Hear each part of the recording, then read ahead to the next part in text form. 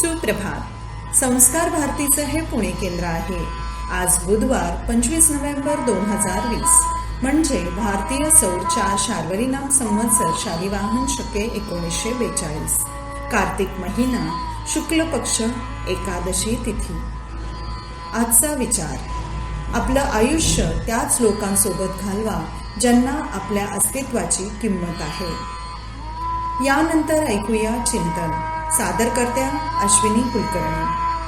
पैशांची गरज भासली तर ते व्याजानेही मिळतात, पण माणसांची सुविधा अजून तरी नाहीये, म्हणून नाती.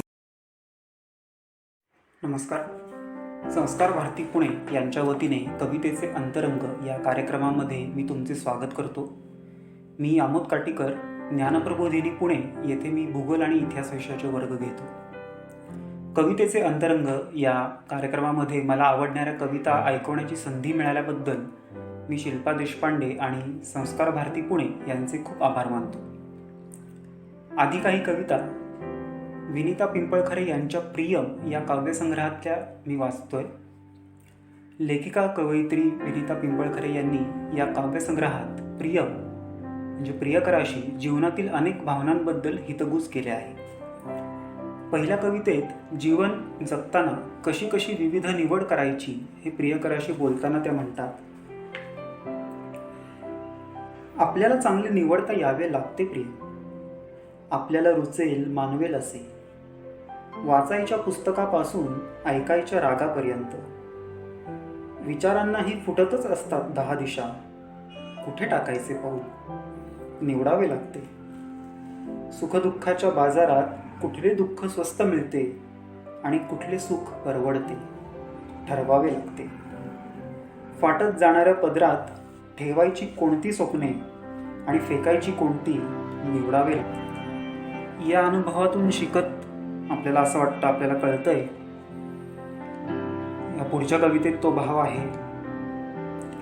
जगायचे कसे ते आता मला कळू लागले आहे त्यातले हवे तेवढेच घ्यायचे प्रिय, घडलेल्या घटनांमधले हवे तेवढेच ठेवायचे मनात, बाकीचे संदर्भ एडिट करायचे फिल्मसारखे आणि द्यायचे फेकून, जसे ते आपल्या आयुष्यात घडलेच नाहीत. सुंदर शिल्प तेव्हाच घडते ना प्रियम, दगडामधले नको ते काढून टाकतो कारागीर आणि हवे तेवढेच ठेवतो तेव्हा. याच काव्यसंग्रहातली एक शेवटची कविता म्हणतो.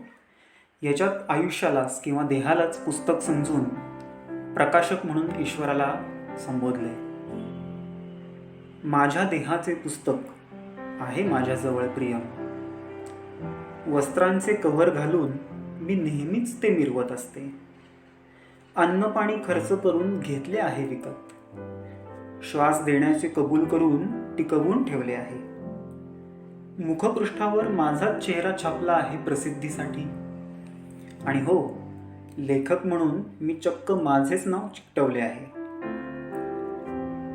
पण खरं तर ते दुसऱ्याच कोणी लिहिलं आहे. घेतले कुठे विकत ते कोणालाच आठवत नाही, पण आईने बरे वाटले म्हणून उराशी धरल्याचे मान्य केले आहे. त्याच्या एकेका पानावरच्या कथा फार जिवंत अनुभव देतात प्रियम. हृदयाची धडधड ऐकून तर सारे खरेच वाटायला लागते. प्रकाशकानेच पृष्ठसंख्या ठरवून दिली आहे, मूल्यही दिले आहे, पण स्वतःचे नाव मात्र अप्रकाशितच ठेवले आहे. एक तळटीप ललाट रेखेवर आहे. हे पुस्तक उघडण्याचे वा विकण्याचे सर्व हक्क प्रकाशकाच्या स्वाधीन. या 3 कविता मला आवडलेल्या प्रियम या काव्यसंग्रहात.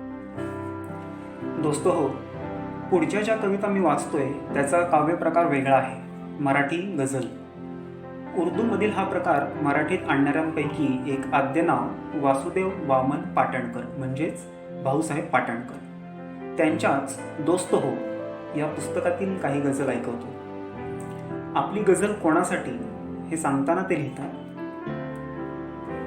उन्मेष ज्यांच्या यौवनाचा काहीच ना झाला कमी, प्यायले जे खूप ज्यांना वाटे परी झाली कमी, निर्मिली मी फक्त माझी त्यांच्याच साठी शायरी, सांगतो इतरास बाबा वाचा सुखे ज्ञानेश्वरी. प्रेम विरह या विषयांपासून गझल लेखनाला सुरुवात केल्यानंतर त्यांनी हळूहळू पुढे जीवन मृत्यू दार्शनिक विनोद असे वेगवेगळे विषय हाताळले. तेच सगळे या पुस्तकामध्ये पण आहेत. यातील वेगळ्या विषयाच्या गझल काही मी निवडल्या आहेत. पहिली गझल. ना भीतो मृत्यूस तैसा, जैसा भीतो मोक्षास मी. समजा तिथे कंटाळलो, काय मग करणार मी. सांगती त्या वृक्षतेला अंतही नाही तिथे. सांगती ज्ञाते पुन्हा मरणही नाही तिथे. असा दार्शनिक भाव लिहिल्यानंतर मृत्यू बद्दल लिहिताना ते म्हणतात, लाभला एकांत जेव्हा सरणात त्या माझ्या मला. लाभला एकांत जेव्हा सरणात त्या माझ्या मला. रोखता आलाच नाही पूर अश्रूचा मला. जेव्हा चिताही आसवांनी माझी विझाया लागली. चिंता कसा जळणार आता याचीच वाटू लागली. मृत्यूनंतरच्या या अनुभवाबद्दल त्यांनी लिहिलं. तसंच जीवनातल्या काही गोष्टीबद्दल पण लिहिलंय. सारे मला विसरोत त्याचे वाईट ना वाटे मला. वाटते वाईट त्यांना न विसरता ये मला. वाचला वेदांत आणि क्षणमात्र त्यांना विसरलो. दोस्त हो, दुसऱ्या क्षणी मी वेदांत सारा विसरलो. शायरीमध्ये विनोदी प्रकार या विनोदाची गझल सुद्धा त्यांनी हे केली. त्यातले 2 गझल ऐकवतो. प्रेयसीला लिहिलेल्या पत्राबद्दल आहे. पत्रे तिला प्रणयात आम्ही खूप होती धाडली. धाडिली होती अशी की नसतील कोणी धाडिली. धाडिली मजला तिनेही काय मी सांगू तिचे. सर्व ती माझीच होती एकही नव्हते तिचे. एकही पत्र तिचं आलं नाही. पण पत्रात त्या जेव्हा तिचेही पत्र हाती लागले. वाटले जैसे कुणाचे गाल हाती लागले. पत्रातही त्या हाय तेथे काय ती लिहते बघा. माकडा आरशात आपला चेहरा थोडा बघा. तर अशा गझल प्रकारानंतर शेवटी ज्या कविता मी म्हणतोय त्या आहेत कवी संदीप खरे यांच्या. अनेक अल्बम्स, कार्यक्रम आणि चित्रपट गीतातून आपण त्यांना ऐकतोच आहोत. पण त्यांचा पहिलाच काव्यसंग्रह मौनाची भाषांतरे यातील कविता मी वाचतोय. या पुस्तकातील अनेक काव्यांची प्रसिद्ध गाणी झाली आहेत. यातल्या काही वेगळ्या कविता मी म्हणतो. पहिली, वेडे हायकू. एक झाड कमरेमध्ये वाकलेलं. पक्षी मोजता मोजता हिशेब चुकलेलं. मुळात काय चुकलं पहायला झुकलेलं. एक मासा पाण्यामुळेच पिडलेला. स्वतःमध्ये खोल खोल बुडालेला. रडता येत नाही म्हणून चिडलेला. एक आभाळ उंच उंच टांगलेलं. खाली बघून खोल खोल भ्यालेलं. ढगात खुपसून मान दबकून बसलेलं. एक शून्य कानाकोपरा नसलेला. बेरीज वजा गुणत भागत बसलेलं. वेड्यासारखं शून्यात बघत हसलेलं. एक मी सारं सारं बघणारा. दिसतो जिथे कधीच तिथे नसणारा. माझ्यात सारे साऱ्यात माझे पाहणारा. स्वतःच्याच स्थितीत आलेल्या विचारातली ही कविता असल्यासारखी वाटते. पुढची आहे अवयव. हे हात, हे पाय यांची किंमत काय. हे नाक काय फक्त मुरडायला की खुपसायला. आणि हे डोळे हिरवे, निळे, पिंगे, करडे, काळे यांना काय दिसते. कपड्या आतली नग्नताच फक्त. दिसत नाही का त्याच्याही खालचे धगधगते रक्त. आणि हे पोट, हे तर एक विनोदच आहे. तुम्ही पोट धरून हसा, पोट तुम्हाला धरून हसेल. जगण्यासाठी एकमेकांना धरून असणे बरे असते. आता वर चला. धडधडेल ते तुमचे हृदय असेल. त्याला दिल म्हणा, मग ते कशावरही येईल. चिकनवर, निसर्गावर, बायका पोरांवर, अध्यात्मावर. तुमच्या अस्तित्वाचा तंबू इथे टिकून राहण्यासाठी फटाफटा खेळे मारत राहील. आणि वर डोक्यातून बंधू, आणि वर डोक्यातून बंधू, अवयवांचा राजा मेंदू, तयासी एकची छंदू विचार करणे. विचाराचा अर्थ मेंदूला विचारू नका, कारण तो त्यावरही फक्त विचारच करेल. तर हे तुमचे अवयव, ह्यांच्या लाडाकोडात आयुष्य घालवता येतात. त्यांना शिथिल सोडा, लांबवा.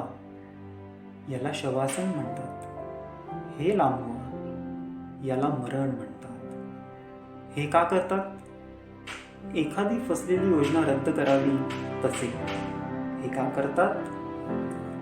विनाकारण विचार करून आपणच कसे आपल्या आयुष्यात गुरफटत जातो, त्याचा हा भाग. शेवटची एक कविता, सफरचंद. यात एक नर्म विनोदी हतबलता मस्त आली.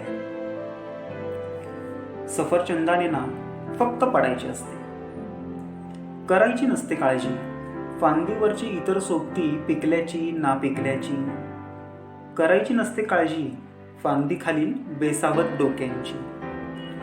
वेळ झाली कळता क्षणी सारा गर गोळा करून फांदीच्या फलाटावरून झाडाचे गाव सोडायचे असते.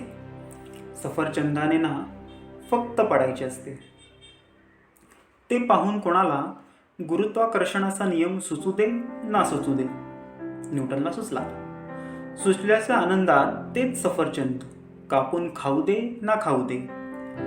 पडणाऱ्याचे नशीब वेगळे, सुचणाऱ्याचे नशीब वेगळे. सुचणाऱ्यागत पडणाऱ्याने नोबेल बिबेल मागायची नसते. सफरचंदाने ना फक्त पडायचे असते. विचार नसतो करायचा स्थितीज ऊर्जेची गतिज ऊर्जा कशी होते. नसते चिंतायचे की मरणासारखेच त्वरण सुद्धा अंगभूत असते. नियम माहीत असोत नसोत, नियमानुसारच सारे घडायचे असते. हाच गाभ आहे. नियम माहीत असोत नसोत, नियमानुसारच सारे घडायचे असते. जर सफरचंद असेल तर त्याने टपकायचे असते. जर पृथ्वी असेल तर तिने ओढायचे असते.